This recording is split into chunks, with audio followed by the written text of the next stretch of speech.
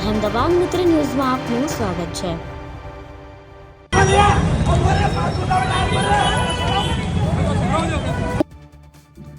રાજકોટની રૈયા ચોકડી પાસે મારામારીની ઘટના સામે આવી।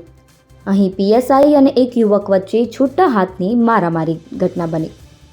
મારામારીના લાઈવ દ્રશ્યો કેમેરામાં કેદ થઈ ગયા હતા। પીએસઆઈએ યુવકનું વાહન રોકતા યુવક અને પીએસઆઈ વચ્ચે તકરાર થઈ હતી, જે બાદ આ તકરાર મારામારીમાં પરિણમી। સોશિયલ મીડિયામાં આ મારામારીનો વિડીયો પણ લાઈવ થયો છે। વિડીયોમાં ત્રણેક પોલીસકર્મીઓ અને એક યુવાનને જોઈ શકાય છે।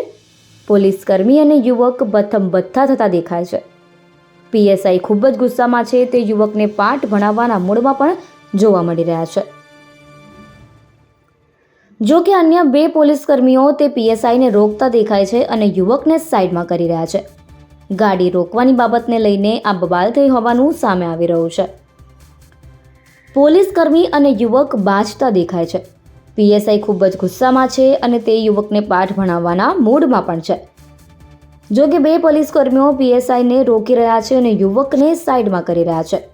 એવું કહેવામાં આવી રહ્યું છે કે ગાડી રોકવાની બાબતને લઈને આ બબાલ થઈ હતી।